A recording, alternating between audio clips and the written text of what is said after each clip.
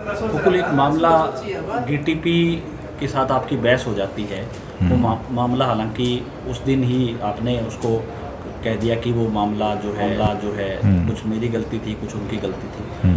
और 2 दिन बाद है वो एलनाबाद में एक कॉलोनी पर बुलडोज़र फेरा जाता है। दावा किया जा रहा है कि वो गोकुल सेतिया है, उनकी ज़मीन है, उनकी काटी गई अवैध कॉलोनी है।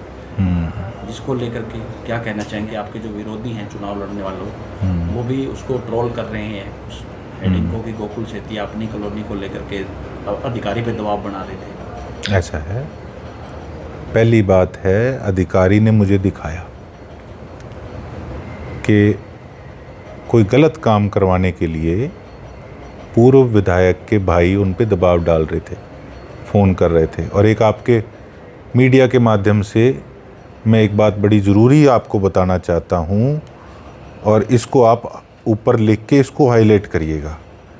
उन्होंने मुझे बताया कि इन्होंने किसी से फ़ोन करवाया, पूर्व विधायक ने, कि हम सीएम ऑफिस या सीएम हाउस से बोल रहे हैं, तो उनका कोई काम है और वो किया जाए। सीएम साहब इस चीज़ को ध्यान में रखें कि उनके ऑफिस का और उनके रेजिडेंस के कोई इस तरीके से फ़ोन मिसयूज़ करने के लिए कई इस तरीके के लोग करा रहे हैं जो उनकी नॉलेज में भी नहीं होगा। तो एक तो इस चीज़ पे ध्यान करना ज़रूरी है। नीचे सेटिंगें करा के और हर तरीके के काम कराने के प्रयास करते हैं। और इसके साथ साथ आप खुद जाके देखाना कौन सी कॉलोनी, कौन सी मैंने डीएलएफ काट दी।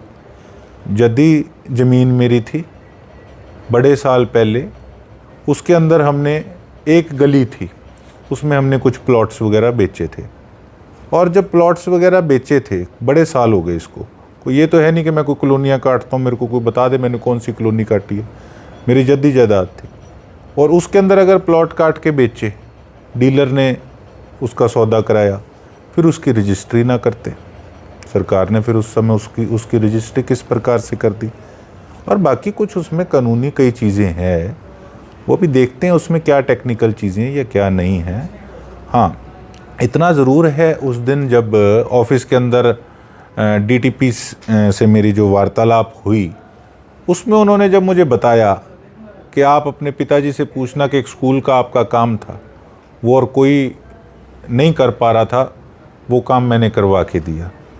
और कहीं ना कहीं फिर आदमी को देखो किसी का शुक्रगुजार होना चाहिए, वेल विशर होना चाहिए। और वो कैमरे के आगे सारी बातें थी, और मैंने इसीलिए फिर इस चीज़ पे सोचा कि ठीक है, अगले का एहसान है, कोई बात हो गई है तो इसका ये मतलब नहीं है कि हम उनसे वैर डाल के बैठ जाएं। अगले का एहसान है। उसके बाद उन्होंने मेरा रिगार्ड किया, मैं वहाँ बैठा आराम से, हमारी वार्तालाप हुई है सारी, और मैं गया था। अगर मैं अपने काम के लिए मैं दबाव डलवाना होता या इस प्रकार की बात होती, तो इस प्रकार से तो काम बिगड़ता है, बनता तो नहीं है किसी का। ये तो जो टिप्पणी करते हैं वो तो खुद मूर्ख हैं। जब किसी से काम करवाना होता तो इस प्रकार से काम होता है।